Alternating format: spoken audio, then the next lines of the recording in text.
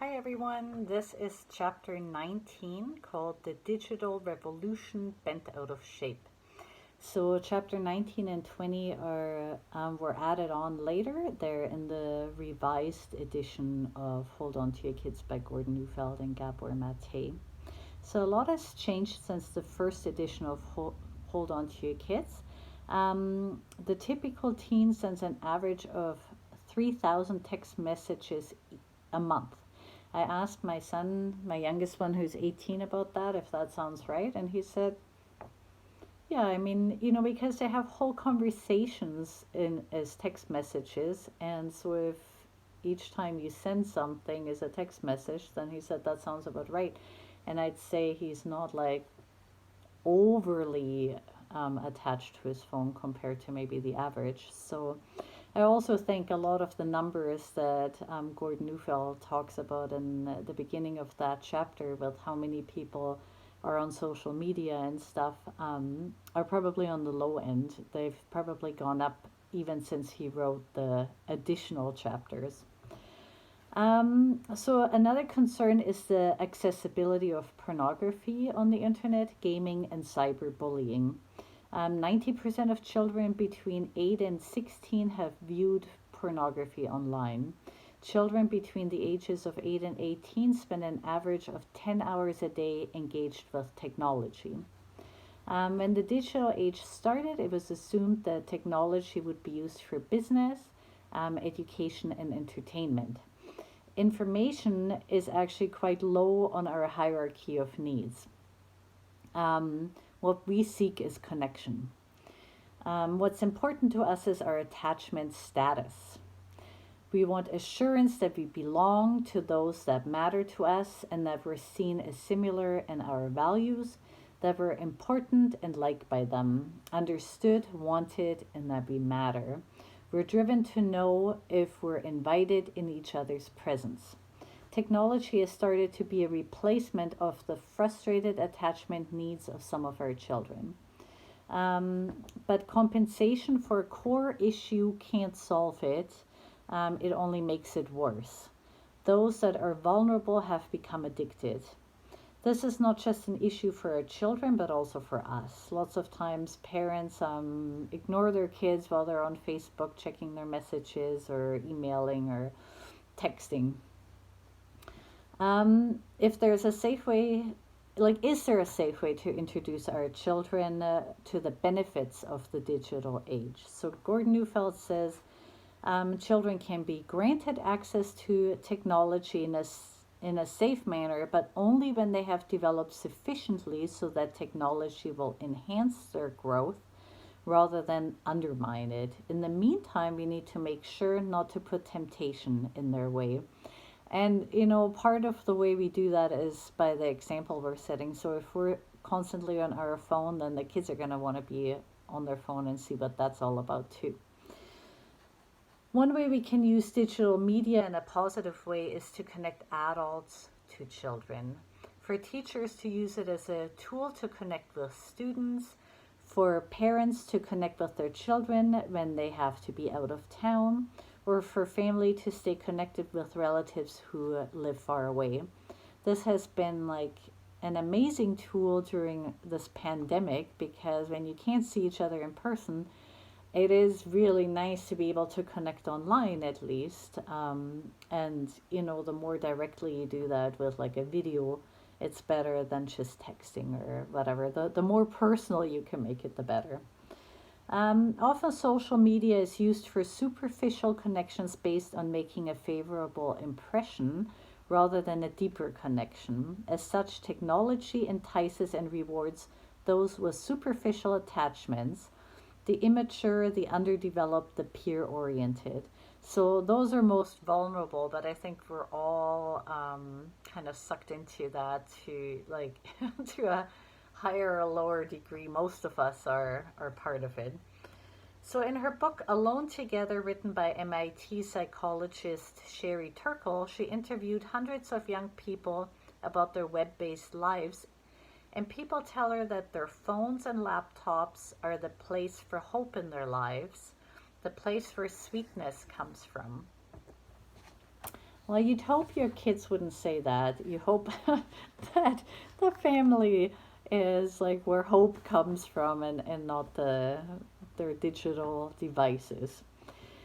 The digital world is relatively devoid of any customs or rituals or taboos that would protect family attachments and hierarchical relationships, like who's allowed to talk to whom and who shares secrets with whom, and stuff like that. So, technological attachment activity that our children are engaging in acts like a persistent and pervasive weed that eventually takes over the garden, crowding out all the other plants that are rooted there. Digital mediated social connections interfere with what children truly need.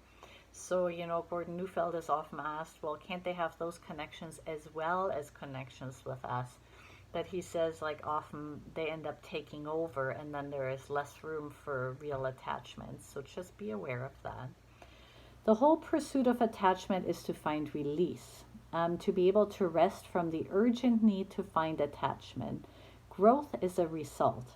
When rest from attachment hunger can't be found, development is arrested. For emotional growth, children need to stay vulnerable, and to be able to stay vulnerable, they need to feel secure. So, with fruitless pursuits and empty connections, the cravings only get worse and the preoccupations become more urgent and more obsessive. There is no rest in that. Facebook is not successful because it works so well, but exactly for the opposite reason. It doesn't work. The attachment never comes to rest. Physician and researcher Vincent Bellidi said, "It is difficult to get enough of something that almost works. The attachment hunger of our web-hooked youth is insatiable and therefore addictive." So it doesn't work as far as a real attachment goes. It just kind of scratches the surface and makes you feel like it's kind of cool, it's kind of exciting getting those likes and stuff, but it doesn't give you that real fulfillment. But it certainly works, for the people who profit financially from Facebook.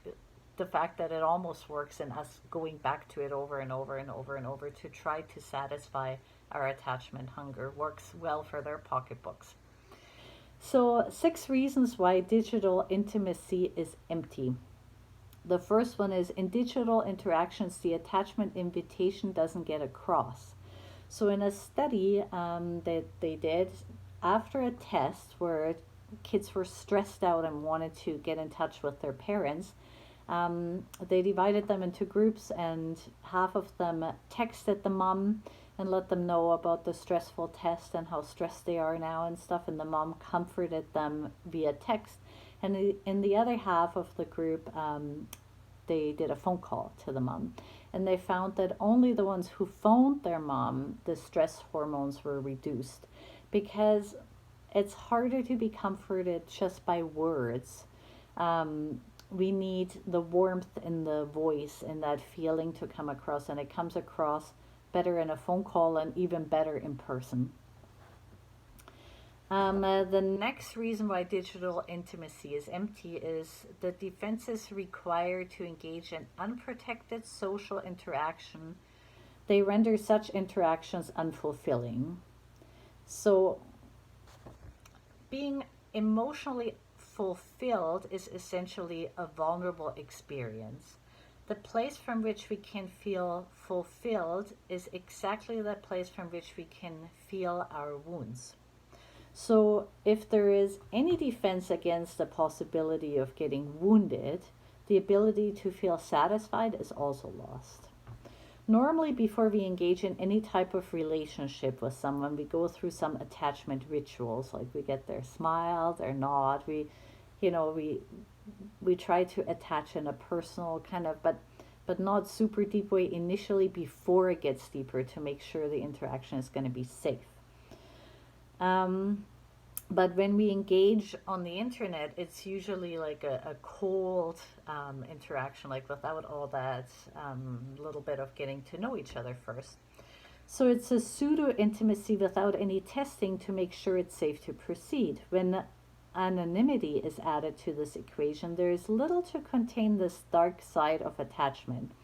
Most children aren't nice by default. They generally become nice in the context of engaged attachment. The internet is a place sorely lacking in attachment manner or rules of human engagement. We should not be surprised by the nastiness that can result. It can make the halls of high school look tame in comparison. Our children adjust to such surroundings by the usual defenses of emotional shutdown or detachment. The cost of this is that we cannot be fulfilled at the same time. The more they seek attachment online, the less they find. Such defenses against vulnerability may also give rise to cyberbullying, addiction to video games, and seeking out pornography. So the next point is self-presentation works only one way. Facebook is all about presenting ourselves in the hope that those who matter to us will like what they see. You post it once and everyone can see it and respond. This makes it easy to share news and all of that. But real psychological intimacy doesn't work that way.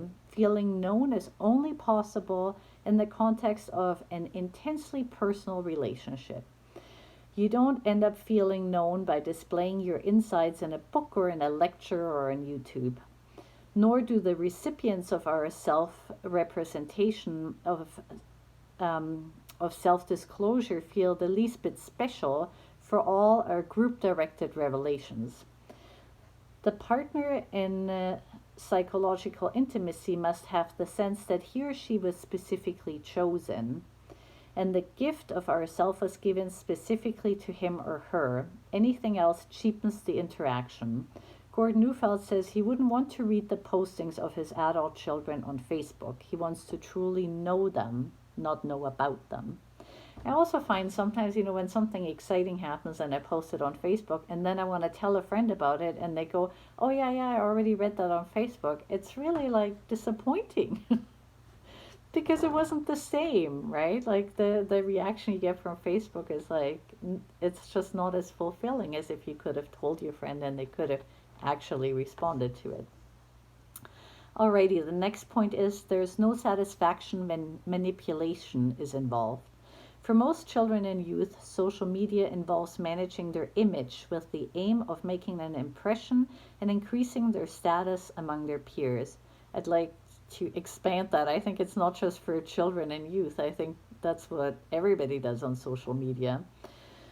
We all want to be liked, of course, but the more we do to influence the verdict, the less fulfilling the verdict becomes.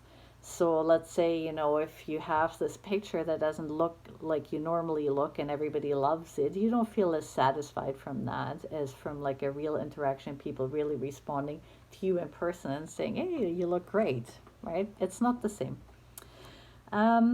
If we are successful in getting a good verdict, it is only what we did that was liked, or the impression we have created that is liked, not our true selves. So our insecurity grows, and with it our obsession with image management. It is an ever-escalating cycle. It's not surprising to find that youth who are most engaged with the internet are also more prone to suffer from emotional problems like depression. Our children need their innocence for as long as we can give that to them. Social sophistication, presenting appearances while pretending not to care about the outcome, what we may call the coolness disease, will deny our children the emotional nourishment required for maturation. The next point is there's no fulfillment unless the provision is greater than the pursuit. Fulfillment is not about equality or about contact on demand. We talked about that in another chapter. The interaction is incomplete and unfulfilling if a hug isn't met by a bigger hug or an I love you isn't met by something bigger. This, however, is not in the nature of peer-oriented interaction in general or the internet or digital connectivity in particular, where the interactions tend to be equal, neutral, cool. That enthusiastic invitation to exist in one's presence is the domain of adults responsible for children. So, it's up to us to make them feel special and loved and, and good enough the way they are, that they don't need to put on a fake persona. Alrighty, the next one is digital intimacy spoils the appetite for what a child truly needs. So, mice whose reward circuits were continually electronically stimulated will die of starvation because they will not seek food. Stimulating our children's brains with digital technology will similarly divert them from what will truly nourish them. It should come as no surprise that family time has dropped by a third in the last decade, even though it was consistent for decades before that, or that those who spend more time playing video games have less positive attitudes towards their parents. Of course, we don't know what comes first. That might be a chicken and the egg thing. Maybe kids who feel less connected to their parents are more likely to play a lot of video games or spend a lot of time online. But then that can also harm the relationship. So it can also become a vicious cycle. Most of us can feel that the screens are taking our children away from us. We don't need research to tell us that. What we do need to know is that through their screens, they cannot receive what they truly need. We're still their best bet. John Cacioppo writes in the book Loneliness that those with a greater frequency of online interactions were the loneliest of all. Those with a greater proportion of face-to-face interaction were the least lonely. That makes sense, right? In Sherry Turkle's book Alone Together, she writes, these days, insecure in our relationships and anxious about intimacy, we look to technology for ways to be in relationships and protect ourselves from them at the same time. The ties we form through the internet are not in the end the ties that bind, but they're the ties that preoccupy. So it's more entertainment than like real connection. Nearly half of all Facebook users log on minutes after waking up, most even before getting up. It is not surprising them to find that digital intimacy can be more addicting than cigarettes or alcohol. So, and the last heading is gaming, cyberbullying, and pornography as attachment phenomena. Video games may seem to be an innocent pursuit, but precisely because they provide a pseudo-satisfaction for unmet attachment needs, they can be extraordinarily addictive. Being important, feeling like we matter, having a self-image of genuine mastery, can only develop in the nurturing relationships with people who care about us. They are the outcomes of healthy attachments. When these needs are not met, we can compensate through fantasy and pretending. Unlike creative fantasy, video games are highly immersive with immediate rewards and a real addictive pull. We can become masters of our fate and winners in a virtual reality where we can also act out some of our pent-up aggression, which can also be a result of unsatisfied attachment drives. Bullies can develop when an alpha person becomes defended against the vulnerability of caring and responsibility. He or she is moved to exploit and attack the vulnerable instead. They expose and embarrass, asserting their superiority by putting others down. Bullying, including sexual shaming and gay bashing, is unfortunately all too prevalent on social networking sites and in online communications. Cybersexual bullying is also rampant among children and adolescents, as well as access to pornography.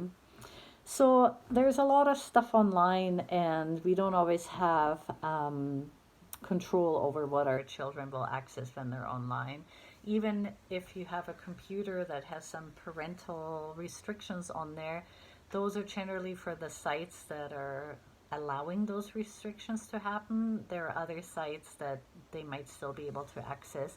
And even if it's not a site like pornography, just the interactions, like Gordon Neufeld says, that happen online can be damaging due to bullying or just the lack of satisfying connections that happen on there. So be sure to be involved while they're little and stay involved as they get older. Keep that connection strong, and be in their lives, be that compass point for them.